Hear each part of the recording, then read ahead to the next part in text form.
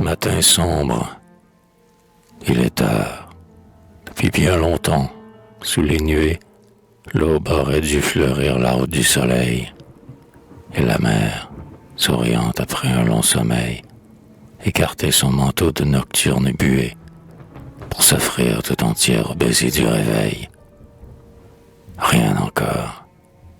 Dans les pins qui dorment à la côte, aucun babil d'oiseaux, de feuilles, de passants.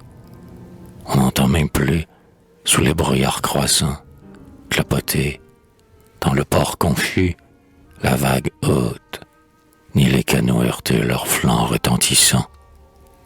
L'ombre s'obstine, et sur la rade qui s'efface, la ville inerte, les invisibles écueils, épais et noirs s'étalent, un long voile de deuil, comme si, tout d'un coup ressaisissant l'espace, la grande nuit allait s'asseoir sur nos orgueils. Tout serait-il fini?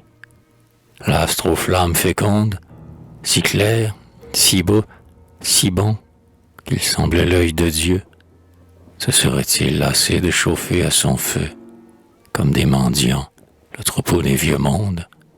S'en irait-il ailleurs ouvrir un ciel plus bleu? Peut-être en l'éther pur où son désir le mène, s'est-il déjà choisi quelque nouveau séjour, où des astres enfants, couvés par son amour, en qui germe et tressaille une semence humaine, s'éveillent à la ronde et montent vers le jour. Tandis que nous allons, nous, race délaissée, fouillant l'horizon mort d'un regard mal ouvert, sous l'engourdissement d'implacables hivers, nous éteindre, en monceau de larves enlacées, dans ce coin oublié du muet univers. Eh bien, après, pourquoi te troubles-tu, mon âme? Et toi, corps lâche et vil, pourquoi ces tremblements? Triste ou joyeux, fallait-il pas un dénouement aux trop longs imbroglios de cette farce infâme? Le monde va mourir.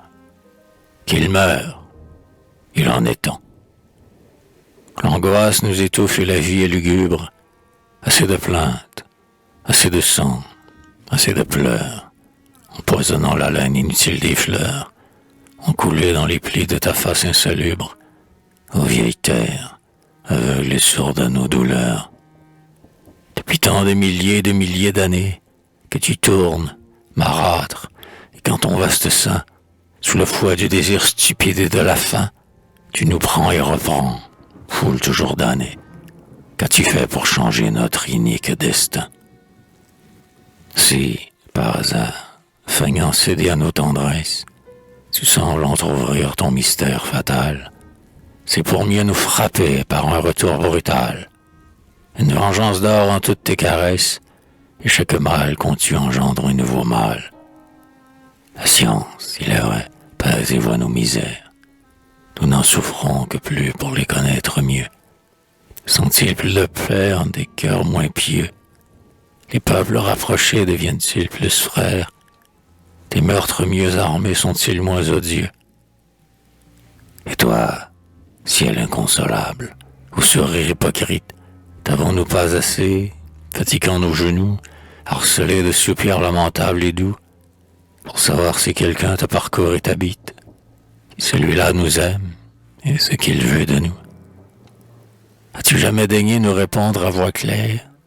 L'encens qu'on t'alluma se perd sur les hauts lieux.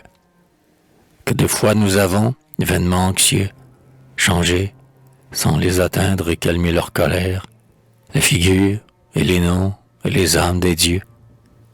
Justice, vérité, vains mots, fantômes vides, puisqu'aujourd'hui, pas plus qu'hier, nous ne voyons vos blancheurs prendre corps au bout de nos sillons, ni pour guider le soc de nos labeurs arides, vos mains fermes s'ouvrir en lançant des rayons. Puisque la guerre atroce et la haine insensée n'ont fait du vieux savant, doux, patient et fort, qu'un pourvoyeur plus lâche et plus prompt de la mort. Puisque grandit le crime ou grandit la pensée, s'allégeant, chaque jour, de l'antique remords. À quoi bon prolonger la lutte et la révolte, transmettre, sans scrupule, à d'autres combattants un mot d'ordre menteur qui mène au guet-apens. Les laboureurs sont las de semer sans récolte. Ce monde peut mourir. Je suis prêt, j'attends.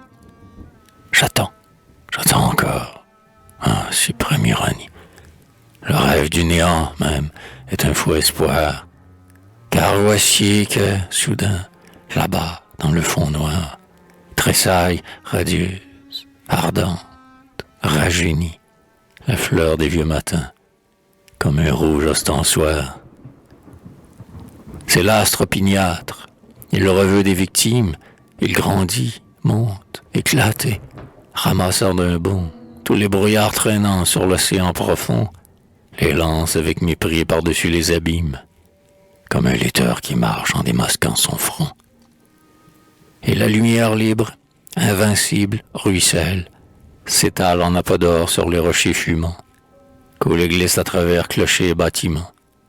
Dans l'inondation de joie universelle, l'homme lâche a senti fuir ses ressentiments. Tout bruit, tout s'agite, et dans le bleu des lames, scintille et court le vol chantant des avirons, sur les quais en rumeur crient, appellent et jurons, croisent le rire aigu des enfants et des femmes. L'enclume rouge sonne au cou des forgerons. Ah, soleil, ah, vainqueur, nous t'adorons encore. L'irrésistible foi descend de ta beauté. L'angoisse sous la nuit, sombrait ma volonté. Avec l'embrun des flots rassurés, s'évapore. C'est toi l'amour, alors c'est toi la vérité. Le bruit des vents sanglots se perd dans la bataille. Malgré moi, la clarté qui m'a rouvert les yeux rouvre en moi les longs vols du rêve audacieux. Et dans tout ce qui souffre et tout ce qui travaille, l'espoir remonte enfin vers la bonté des cieux. Puisque la vie est là, cruelle, mais certaine, dans l'ivresse d'agir, il faut bien oublier. J'ai les bras, j'ai le cœur d'un vaillant ouvrier. Je ne veux m'endormir que sur ma gerbe pleine, rêvant d'un maître juste et qui saura payer. À la vie, et tous dans la lumière. Sur la glèbe ou les flots, main calleuse ou grand front, moissonneur de pensées, ramasseur d'épis blonds. Tous les hommes, à l'œuvre, et les lâches derrière. Toi, poète, en avant, pour sonner les clairons.